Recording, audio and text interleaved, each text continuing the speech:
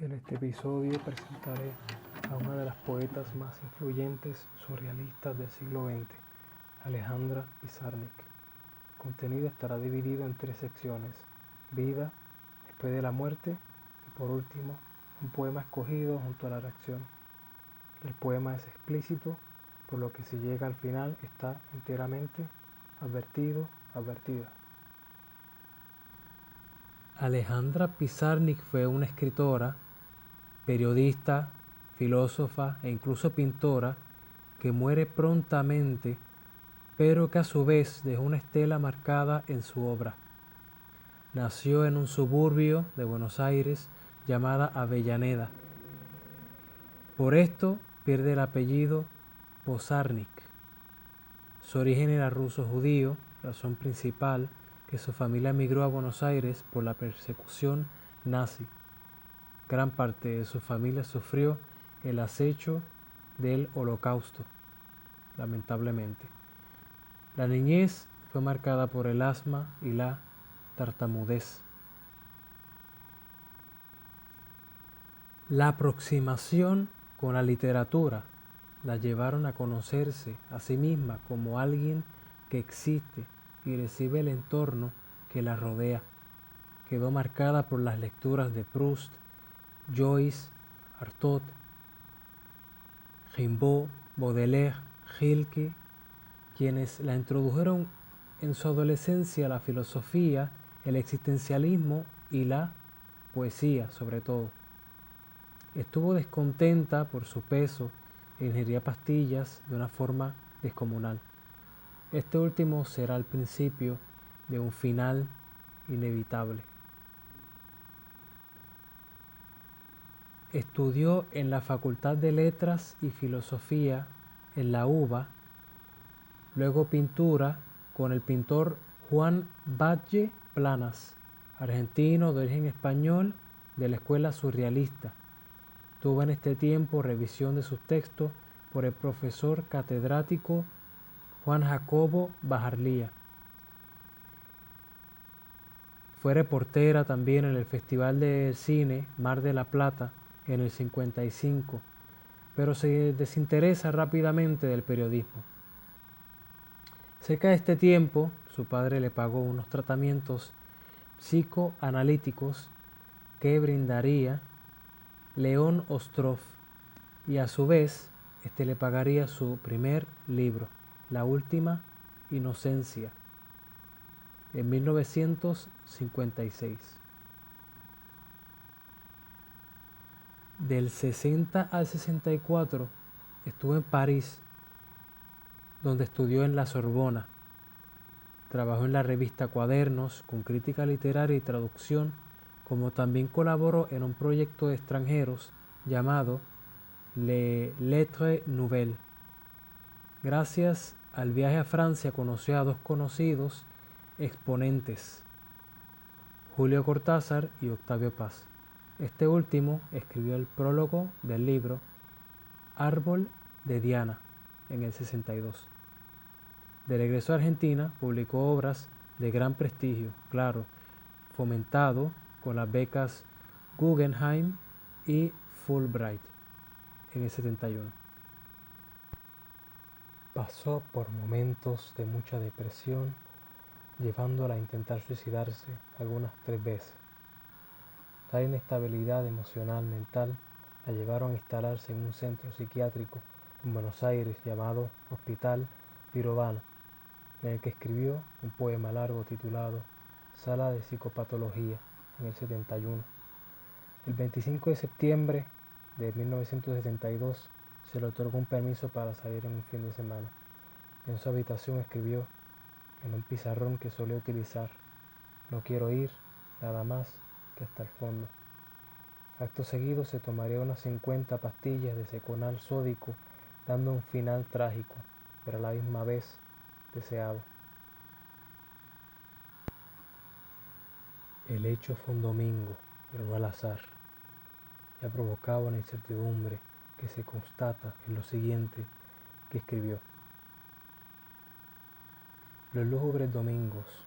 Lúgubre ya no es un adjetivo de domingo, en mi caso, es un epíteto inseparable Los lúgubres domingos me caen ahora como frutos podridos, asociados para siempre a la soledad.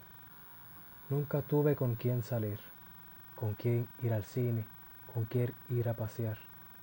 Y cuando conseguía alguna chica o algún muchacho mi deseo de inspirarle interés por salir conmigo, el domingo siguiente provocaba un clima de tensión y tristeza. La última carta de nuestra poeta fue dedicada a su editor Antonio Beneyto. Le dio unas instrucciones respecto a una antología que tenía planeada. Ya el 29 de septiembre de 1972, Ana Bessieux le hace llegar la última carta y reafirma los deseos de Pizarnik para con el proyecto editorial. Fue la persona que la sostuvo en sus brazos y afirmó lo bella que se veía. Póstumamente recibió palabras que la describían como un ser humilde y de un corazón sensible. Las primeras palabras son de Fernando Noy, quien fue un amigo de Alejandra y que tenían en común el uso de fármacos y la poesía. En última instancia lamentó no haber estado ahí cuando ella más lo necesitaba, pues había hecho un viaje a Brasil en esas fechas. Su reacción fue un colibrí que se había vuelto leopardo, un leopardo con corazón de mariposa santa, una sagrada era santa, brava era, muy brava, era de una bondad infernal, tan grande que daba espanto. Otro escritor que le dedicó un poema trascendente lo fue Julio Cortázar. Aquí les dejo un fragmento. Amabas esas cosas nimias, aboli bibelot, dinanité, sonore. Las gomas y los sobres, una papelería de juguete, el estuche de lápices, los cuadernos rayados. Tras la ausencia física de Alejandra, su hermana Miriam donó unos archivos a la biblioteca de la Universidad de Princeton. Entre los archivos había hojas sueltas, cuadernos, carpetas, ficheros, agendas e incluso pinturas. Estos hallazgos exploran nuevas facetas de su vida gracias a esta recopilación. Por otro lado, Cristina Piña está investigando sobre estos documentos y escribe el libro Alejandra Pizarnik, biografía de un mito. Entre esos documentos hay textos que según Piña no deberían ser publicados por su nivel de privacidad que incluye a su madre. La autora también comenta la falsedad del pensamiento esquizofrénico que se le ha querido adjudicar. Por el contrario, esta tenía una lucidez extrema y que el abuso de fármacos para toda ocasión fueron acrecentando su complejidad existencial, ahogándola en una depresión consumible. Al final, nunca hubo un diagnóstico certero sobre su complejidad y estado mental. Por último, se abordó el tema de su estancia en el Hospital Sainte-Anne, la que permanece completamente como un misterio, pues el centro borra la información de sus pacientes después de 10 años. Lo que causa una conmoción es que escribió 2 poemas referentes a su estancia en el instituto. Para tener una muestra de su técnica poética, quise elegir un poema que fue escrito en el 1971 llamado Sala de Psicopatología. Después de años en Europa, quiero decir París, Saint-Tropez, Cap, Saint-Pierre, Provence, Florencia, Siena, Roma, Capri, Ischia, San Sebastián, Santillana del Mar, Marbella, Segovia, Ávila, Santiago, y tanto, por no hablar de New York y el del West Village con rastro de muchachas estranguladas. Quiero que me estrangule un negro, dijo. Lo que querés es que te viole, dijo. Oh Sigmund, con vos se acabaron los hombres del mercado matrimonial que frecuenté en las mejores playas de Europa. Y como soy tan inteligente que ya no sirvo para nada, y como he soñado tanto que ya no soy de este mundo, aquí estoy entre los inocentes almas de la sala 18, persuadiéndome día a día de que la sala, las almas puras y yo tenemos sentido, tenemos destino. Una señora originaria del más oscuro barrio de un pueblo que no figura en el mapa dice: el doctor me dijo que tengo problemas, yo no sé, yo tengo algo aquí, se toca las tetas, y unas ganas de llorar que mamá mía. Nietzsche, esta noche tendré una madre o dejaré de ser. Strindberg, el sol, madre, el sol. Eloard, hay que pegar a la madre mientras es joven. Sí, señora, la madre es un animal carnívoro que ama la vegetación lujuriosa. A la hora que la parió, abre las piernas, ignorante del sentido de su posición destinada a dar luz a tierra, a fuego, a aire. Pero luego una quiere volver a entrar en esa maldita concha, después de haber intentado nacerse sola sacando mi cabeza por mi útero. Y como no pude, busco morir y entrar en la pestilente guarida de la ocultadora cuya función es ocultar. Hablo de la concha y hablo de la muerte. Todo es concha. Yo he lamido conchas en varios países y solo sentí orgullo por mi virtuosismo. La Mahatma Gandhi del lengüeteo, la Einstein de la mimeta, la Reich del lengüetazo, la Reich del abrirse camino entre los pelos, como de rabinos desasiados o el goce de la roña. Ustedes los mediquitos de la 18 son tiernos y hasta besan al leproso, pero ¿se casarían con el leproso? Un instante de inmersión en lo bajo y en lo oscuro, sí, de eso son capaces. Pero luego viene la vocecita que acompaña a los jovencitos, como ustedes.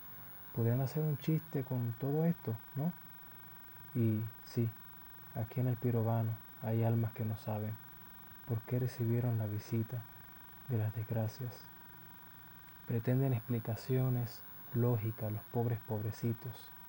Quieren que la sala, verdadera posilga, esté muy limpia, porque la roña les da terror y el desorden y la soledad de los días habitados por antiguos fantasmas emigrantes de las maravillosas e ilícitas pasiones de la infancia.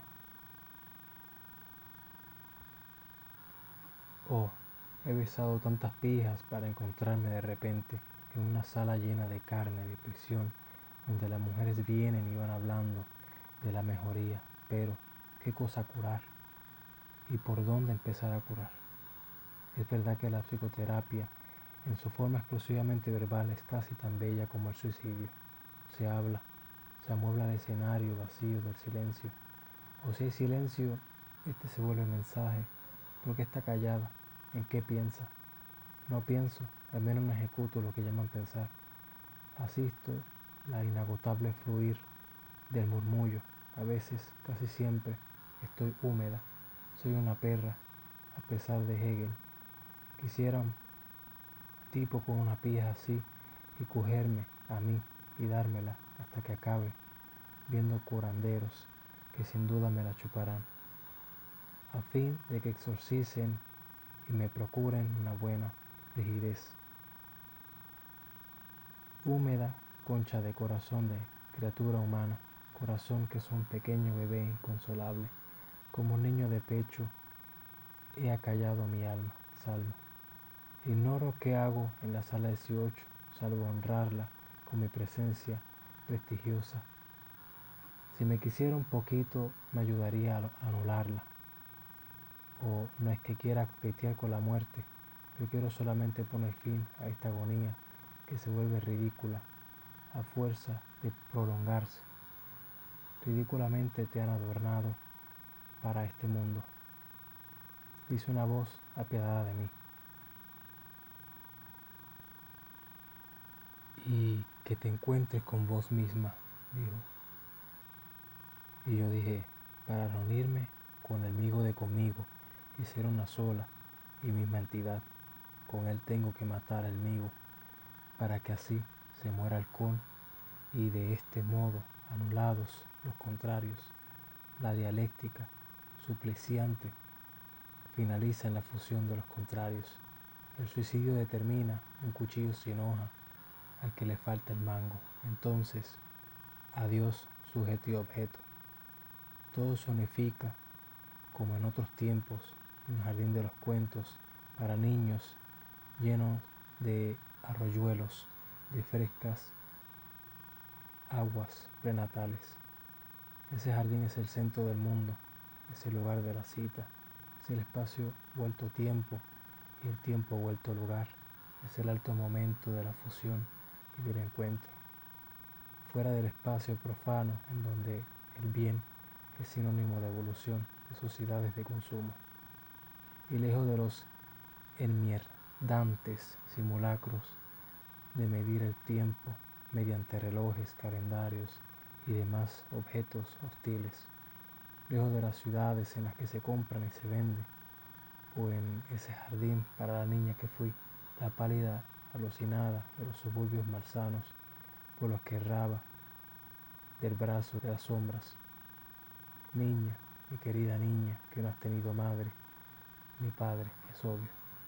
De modo que arrastré mi culo hasta la sala 18, en la que finjo creer que mi enfermedad de lejanía, la separación, de absoluta no alianza con ellos. Ellos son todos y yo soy yo. Finjo, pues, que logro mejorar, finjo creer a estos muchachos de buena voluntad, o los buenos sentimientos. Me podrán ayudar, pero a veces, a menudo, los recontraputeo desde mis sombras interiores que estos mediquillitos jamás sabrán conocer. La profundidad, cuanto más profunda, más indecible. Y los puteos, porque evoco a mi amado viejo, el doctor Pichon, tan hijo de puta como nunca lo será ninguno de los mediquitos tan buenos, helas, de esta sala. Pero mi viejo se me muere y estos hablan y, lo peor, estos tienen cuerpos nuevos, sanos, maldita palabra. En tanto mi viejo agoniza la miseria por no haber sabido ser un mierda práctico, por haber afrontado el terrible misterio que es la destrucción de un alma, por haber hurgado en lo oculto como un pirata, no poco funesto, pues las monedas de oro del inconsciente llevaban carne de ahorcado, y en un recinto lleno de espejos rotos y sal volcada. Viejo remaldito, especie de aborto vertífero de fantasmas sifilíticos, cómo te adoro en tu tortuosidad, solamente parecida a la mía, y cabe decir que siempre desconfié de tu genio. No sos genial, sos un saqueador y un plagiario, y a la vez te confié. Oh, es a vos que mi tesoro fue confiado. Te quiero tanto que mataría a todos estos médicos adolescentes para darte a beber de su sangre y que vos vivas un minuto, un siglo más. Vos, yo, a quienes la vida no nos merece. Sala 18. Cuando pienso en la aborterapia, me arrancaría los ojos en una casa en ruinas y me los comería pensando en mis años de escritura continua, 15 o 20 horas escribiendo sin cesar, aguzada por el demonio de las analogías, tratando de configurar mi atroz materia verbal errante, porque, oh viejo hermoso Sigmund Freud, la ciencia psicoanalítica se olvidó la llave en algún lugar. Abrir se abre, pero ¿cómo cerrar la herida? El alma sufre sin tregua, sin piedad, y los malos médicos no restañan la herida que supura. El hombre está herido por una desgarradura que tal vez o seguramente le ha causado la vida que nos dan. Cambiar la vida, Marx, cambiar el hombre, Rimbaud. Freud, la pequeña A está embellecida por la desobediencia, Cartas. Freud, poeta trágico, demasiado enamorado de la poesía clásica. Sin duda, muchas claves las extrajo de los filósofos de la naturaleza, de los románticos alemanes y sobre todo de mi amadísimo Lichtenberg, el genial físico y matemático que escribía en su diario cosas como él le había puesto nombre a sus dos pantuflas, algo solo estaba, ¿no? O Lichtenberg, pequeño jorobado, yo te hubiera amado, y a Kierkegaard, y a Dostoyevsky, y sobre todo a Kafka, a quien le pasó lo que a mí, si bien él era púdico y casto. ¿Qué hice del don del sexo? Y yo soy una pajera, como no existe otra. Pero le pasó a Kafka lo que a mí, se separó, fue demasiado lejos en la soledad y supo, tuvo que saber que de allí no se vuelve. Se alejó, me alejé, no por desprecio, claro es que nuestro orgullo es infernal, sino porque una es extranjera, una es de otra parte. Ellos se casan, procrean, veranean, tienen horarios, no se asustan por la tenebrosa ambigüedad del lenguaje. No es lo mismo decir buenas noches que decir buenas noches. El lenguaje, yo no puedo más. Alma mía, pequeña e inexistente, decidite, te la picás o te quedas. Pero no me toques así, con pavura, con confusión, o te vas o te la picás. Yo, por mi parte, no puedo más. En el poema se aprecia su sentir intimista y sexual explícito. En el inicio menciona las diferentes localidades que conoció. La estructura del poema hace un juego que hace pensar en la vanguardia sin perder su lado poético y caótico. Toca distintos temas controversiales como la sexualidad de una manera cruda como abierta. Comúnmente utiliza las voces de otros pensadores y los incorpora logrando una densidad de contenido. Se hace evidente cómo fusiona los temas de la soledad, la muerte y el suicidio, este último no como problema, sino como una solución. Se torna un poema rebelde porque no debe estar en esa condición. Juega entre imágenes, la posibilidad retórica de los sueños en medio de un caos, la voz poética su pura odio y malestar en contra de la burocracia, tocando espacios del arte moral. Hace mención de escritos y filósofos como Lichtenberg, Kierkegaard, Dostoyevsky y se compara con Kafka por la soledad. Culpa su desdicha de ser extranjera. Al final hay un cansancio que provoca una preocupación irreparable ya en este punto. Para finalizar, es una de las poetas malditas más significativas y para algunos la última. Amante de los sueños, el existencialismo, la autodestrucción, que reveló con gran maestría una poesía desnuda. Me tomó el atrevimiento hasta punk. Comenzó con una vida de persecución, se encontró con la majestuosidad de la poesía, la filosofía, la pintura, encuentra consigo misma la manera de morir. Por último, cierro con una cita de Pizarnik. La poesía es lo único que te salva de la banalidad de lo real. Si surge alguna duda en la parte inferior del contenido del podcast tendrá las referencias. Como siempre les exhorto que apoyen el podcast en general. Gracias a los que al día de hoy me apoyan con las visitas, los me gusta, las suscripciones, los comentarios. De mi parte no queda más. Hasta luego.